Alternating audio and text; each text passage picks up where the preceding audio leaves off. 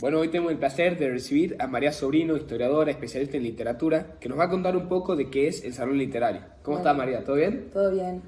Bueno, yo les voy a contar un poco de lo que es el Salón Literario. El Salón Literario fue formado por Marco Sastre y por Juan Manuel Alberdi, y que los acompañaron Juan Esteban Echeverría, entre otros.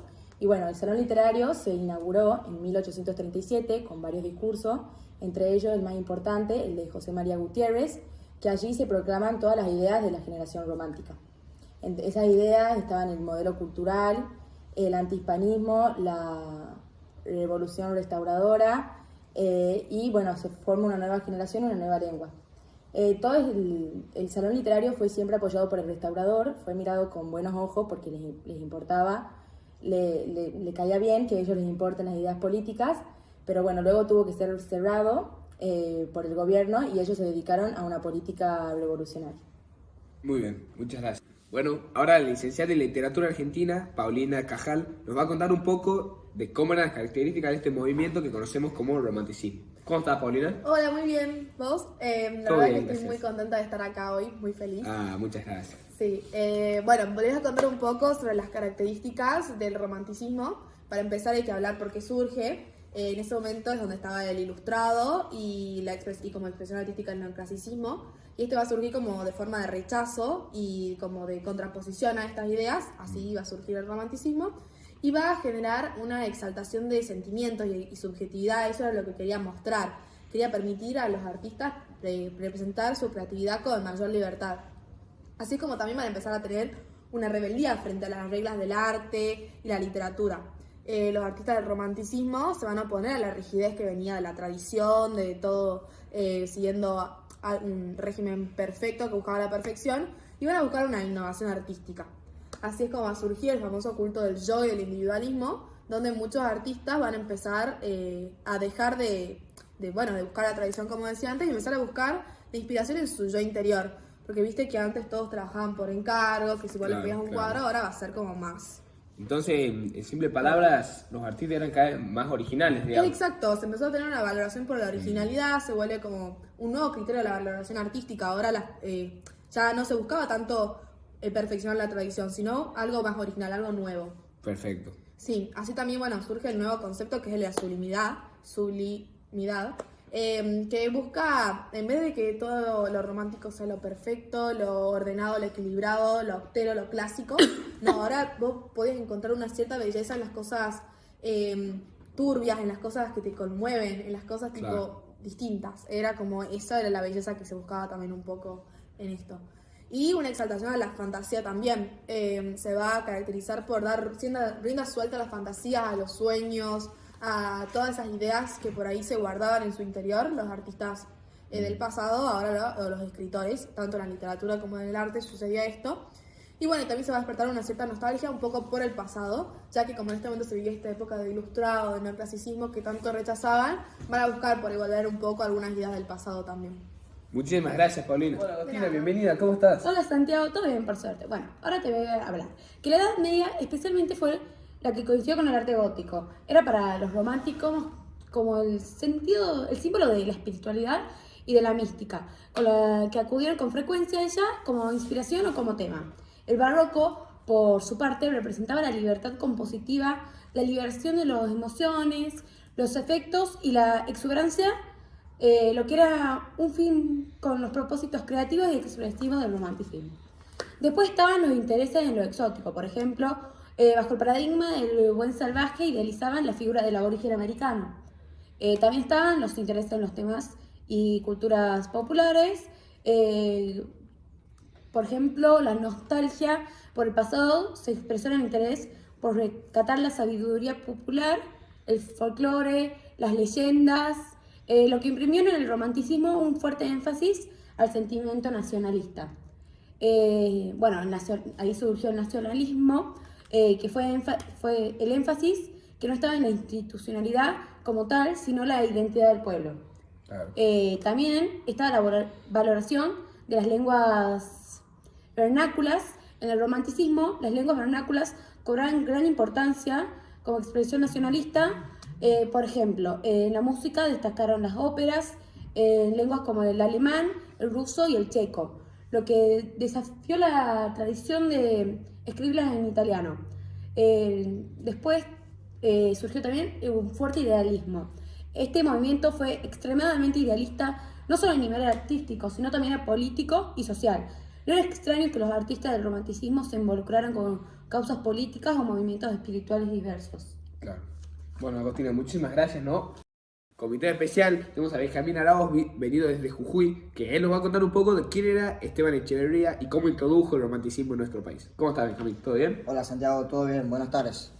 Bueno, el inspirador del grupo fue sin duda Esteban Echeverría, quien al regresar de Europa, entusiasmado con el ideario del romanticismo francés, empieza a transmitir a los jóvenes porteños la tesis del nacionalismo naciente.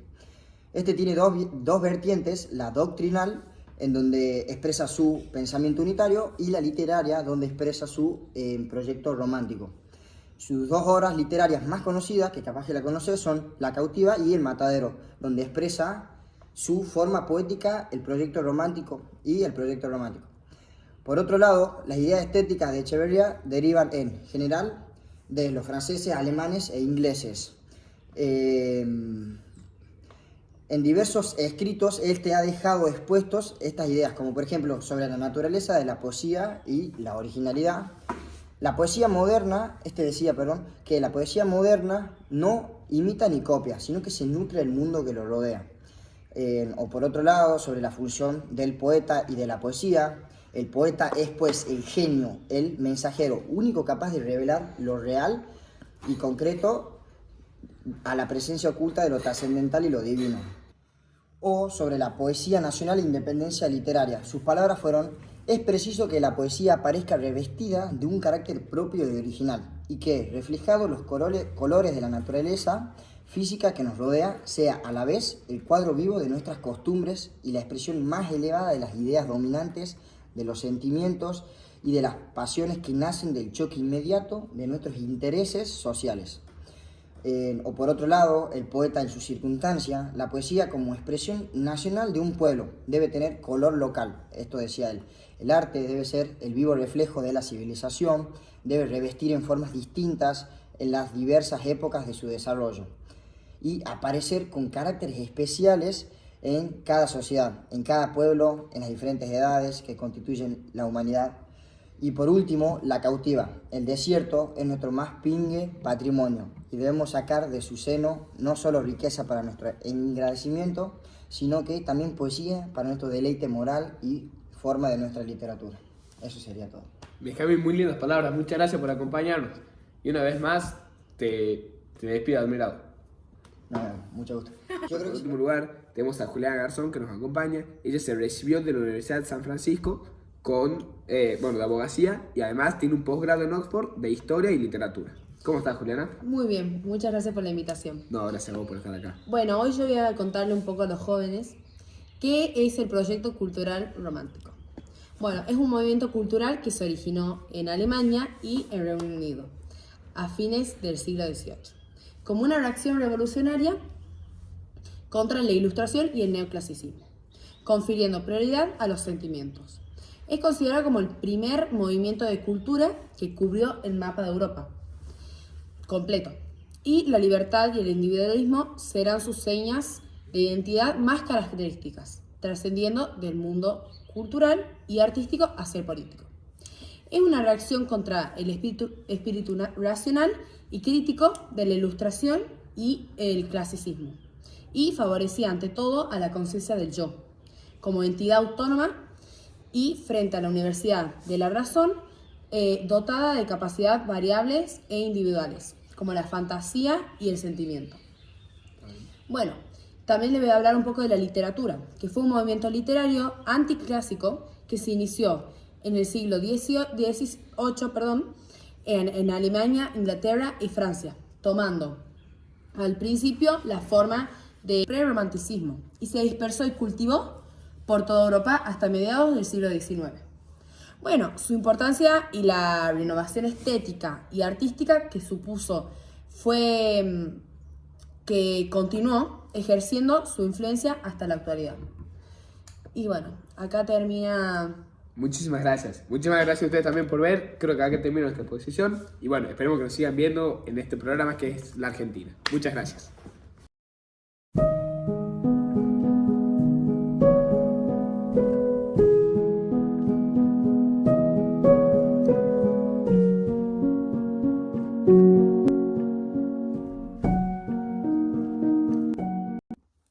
Señores, en un pueblo civilizado veremos que las ciencias, la literatura y el arte existen a la par de la religión, las formas gubernativas, de la industria y del comercio, que fortalecen y dan vigor al cuerpo social. La literatura es peculiar a cada pueblo. La ciencia es una matrona cosmopolita que se nutre con todos los frutos de todos los climas. En esa inteligencia me propongo decir cuál deberá ser el carácter de la literatura del pueblo argentino. La conquista cortó el hilo del desenvolvimiento intelectual americano. Esta parte del Nuevo Mundo se trocó en hija adoptiva de España, y la ciencia y la literatura española pasaron a ser nuestra ciencia y nuestra literatura. La nación española, dotada de un suelo feraz y variado, fecunda en hombres de talento e imaginación, sufridos en los trabajos, constantes en las grandes empresas. Nunca ha salido de un puesto humilde e ignorado en la escala de civilización europea. Solo, cegados por un denso velo de ignorancia, pudieron dejar los españoles desconocidas por tanto tiempo la geografía y la historia natural de América. El campo de las bellas letras no está menos despojada. Los tesoros que brillan en cada página de René, en cada canto de Childe Harold, en cada meditación de Lamartine, no faltan algunas excepciones: su teatro, Manrique. Debemos divorciarnos completamente de la ciencia y la literatura como supimos hacerlo en política, cuando nos proclamamos libres. Quedamos aún ligados por el idioma, pero este debe aflojarse de día en día. Para esto es necesario que nos familiaricemos con los idiomas extranjeros y hagamos constante estudio de aclimatar al nuestro cuanto en aquello se produzca de bueno, interesante y bello.